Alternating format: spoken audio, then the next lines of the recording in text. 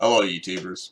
I've been busy lately and I haven't had time to make videos. Now that I'm free, I'm going to make a few videos that focus on the coming recession and how it serves as a precursor to war. You may have heard that the economy is doing well, but it's not.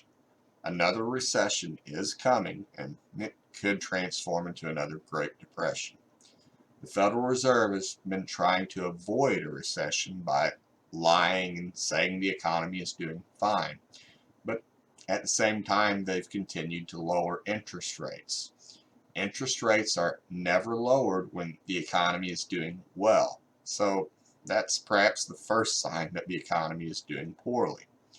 The biggest problem is that in trying to avoid a recession, the Federal Reserve has used up all the tricks in their bag of tricks. Now the Trump administration is actually calling on the Federal Reserve to implement negative interest rates. Moreover, we have so many bubbles that could pop at any moment. All it takes is for one of these bubbles to pop to push us into another recession or even a depression. I've included a clip of Dr. Richard Wolff as he appeared on Rising with Crystal and Cigar a few days ago. Take a listen. Looking at, and this president likes to tout the strength of this economy. How do things actually look? Well, again, I approach these things as often as I can from a historical basis, the best we have to guess what the future is going to look like. Wherever capitalism has settled in the 300 years that this system has dominated the world, in every country, in every region, here's the pattern. Every 4 to 7 years, there's an economic downturn. It's called the business cycle, the recession, the depression. We have lots of words because it has never been overcome. It has never been stopped. Based on that, and if you remember that the last big downturn we had was in 2008 and 9, well, then we are overdue. And all of my economic colleagues, right-wingers, left-wingers, and those in the middle, we all know it's coming. You can't say which month or even which year exactly, but we are overdue. And the sad reality is when it takes longer to get to the downturn, it's usually a worse downturn that you pay then the price.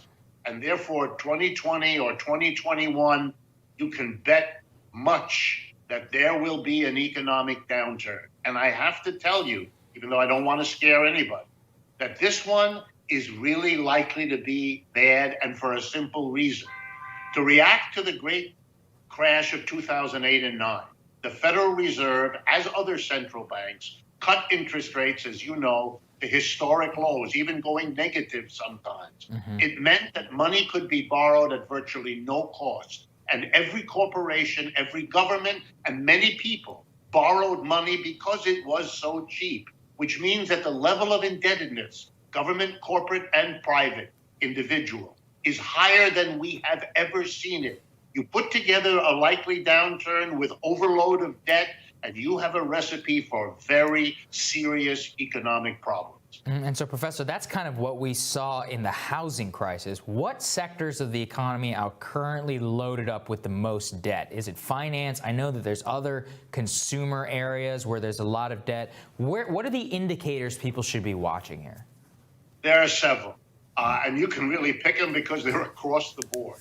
The single worst number is for student loans. The rate of default on student loans, and let's remember, sometimes people think student loans are a small business. They're not. We now have student loans totaling in America larger than the total amount of credit card debt that's out there, over $1.3 trillion.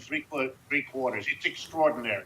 And that's got already the highest level of default, with tens of thousands of students telling me, I'm a professor, I talk to them all the time, telling me they cannot ever pay those bills back. They can't. They know they can't.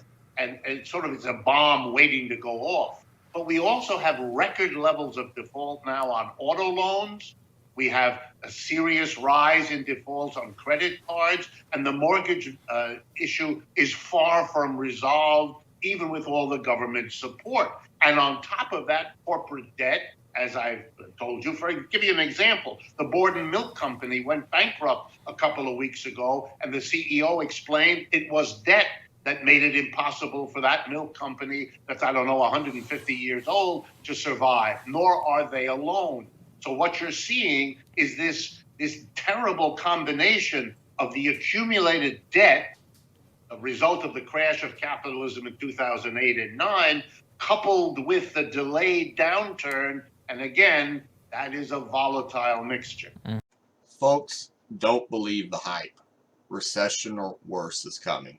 And much like the Great Depression, what will likely restart the economy is the outbreak of a massive war. Thanks for your time. If you found this video helpful, please show your support by subscribing. Thanks once again.